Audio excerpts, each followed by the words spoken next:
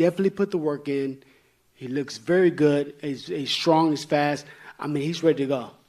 I guess a lot of this is down to how both fighters deal with the occasion on the night. Two guys that aren't experienced, like most world champions going through the ropes, and ultimately all the work that goes in is going to come down to Thursday night. People talk about Gibb has to out tough Jake Paul. Do you see that toughness from him in sparring? Do you think that he's got the cojones to mix it in there? Oh, of course. I mean, he's been there with tough guys. I put him to the test. I didn't make it easy for Jake. He has a different mentality, and he doesn't quit. It doesn't matter how hard he's been hit. He's been hit by some of the hardest fighters in the sport at 154, and he didn't quit up in Big Bear. So he's strong. He's ready to go. And what I have to say about the whole YouTube thing, boxing thing, it's entertainment. Boxing is entertainment, and this is a form of entertainment. And it's bringing a lot of new fans and followers to the sport of boxing, both guys. And I'm happy for it. I'm happy for the sport because now it's going to continue to grow and grow and grow. Thank you, Shane. Anderson, you crazy mofo. Hello, lad. Right? You ready? You ready for this? This is a big moment for your career, your life, whatever it is. I remember we was at the KSI Logan Paul press conference in London. Yeah. People were throwing all sorts at the stage, and then all of a sudden I see this little man try and jump up on the stage. Keyword little. And I was like, who's that? It said it's Gibbs. So I thought I'm going to go and get him up there. You two came face to face, and now it's on. It's Miami, on. Thursday night. That's the world's it. watching. You're going to get in there and fight this man. You ready? The training camp's done. I've been tested, pushed to my limits, but I'm ready to go to war Thursday.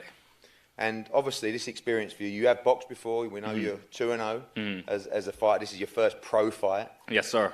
How do you see this fight going? Are you aware of people saying that he may be technically better than you? I think that's his aim to go for the technical approach, but when you see me fight, I'm on the rough house shit. It's going to be aggressive, relentless, and I think he knows what's coming.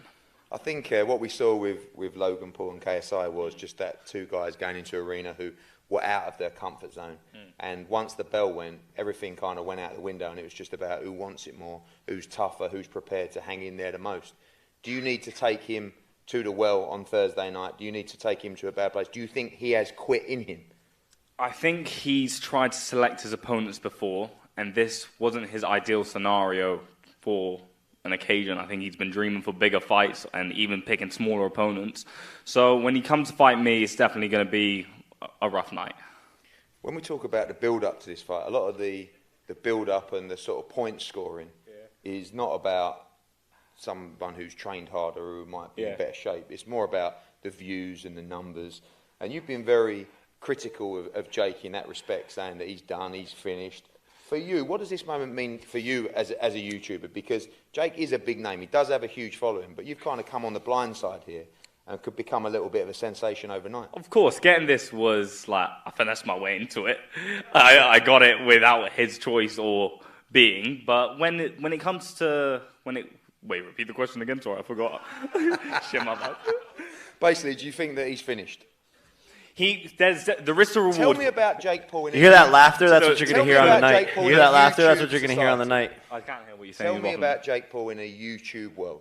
Where is he at right now? Right now, he is in a dangerous place. The risk for him is incredibly high for this fight. For me, I've got nothing to lose. Right now, I've gone in. I've trained as hard as I can. But Jake is definitely in trouble if he doesn't secure the win. How bad do you want it, Gib? How bad do I want it? I want it fucking really bad. That's why I train as hard as I can in Vegas. Jake, are you done? Are you finished in this YouTube world? I mean, what are you here as? Are you a YouTuber? Are you a fighter? Yeah, no. So, I mean, I'm an entrepreneur at the end of the day. When people talk to me about like views and stuff, I've been off the YouTube wave. But I have Baker's dozen influencers in the space that I take a percentage of. My merchandising company fulfills over 100 people's merchandise, some of the biggest influencers in the game. To me, I kind of just can do what I want. And that's why I think is what he doesn't understand is why I'm so dangerous in the ring is because I'm choosing to do this. It's something I'm passionate about. And I've caught the boxing bug. And I've been in training camp for the past 5 months, 2-a-days, nonstop. And there's a lot of course, there's a lot of pressure, like Jake Paul has everything to lose, but like I'm a game time player, And I've been in this situation before with Deji. Imagine if Deji would have beat me. I've been in this exact same position before, except the difference is I think that Deji is faster, a better athlete, and a better boxer than Gib. And when Vidal says, earlier he says, oh, I haven't lost as a coach, that's false, because you actually did train Deji as well for a period of 2 months before he switched over, but you did train him for the start of his boxing career. So, you know, there's a lot of lies being told from their side. I'm a game time player. Pressure creates diamonds. And tomorrow or 2 days from now, you will see the work that I put in. I think from a British perspective, what we're trying to say is, and what we're really asking is, yes, you're an entrepreneur. Yes, you've got some percentages from other YouTubers. Yes, you've been around a long time. You have a huge following. But how big are your bollocks? That's a question we want to know, because we don't want to see it now, but I've just got a feeling. This guy's going to be like, how much do you want it, Jake? So I wrote a book called You Gotta Want It. It was an Amazon Times bestseller. I have a tattoo right here that says you gotta want it. I live my life by that motto. And I actually wanted to be a Navy SEAL before I moved to LA to pursue acting and stuff. And so that mentality, that killer mentality, the only easy day was yesterday. I want it more than anyone in this room combined.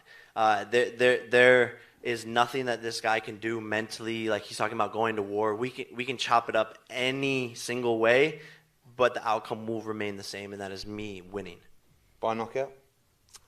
You know, I will see how much heart he has.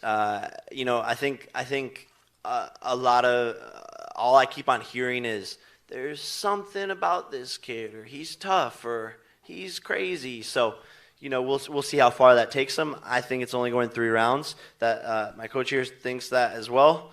But you know, I do see the heart he has. But I just, like, this is boxing. This isn't. We're not measuring hearts here. You know.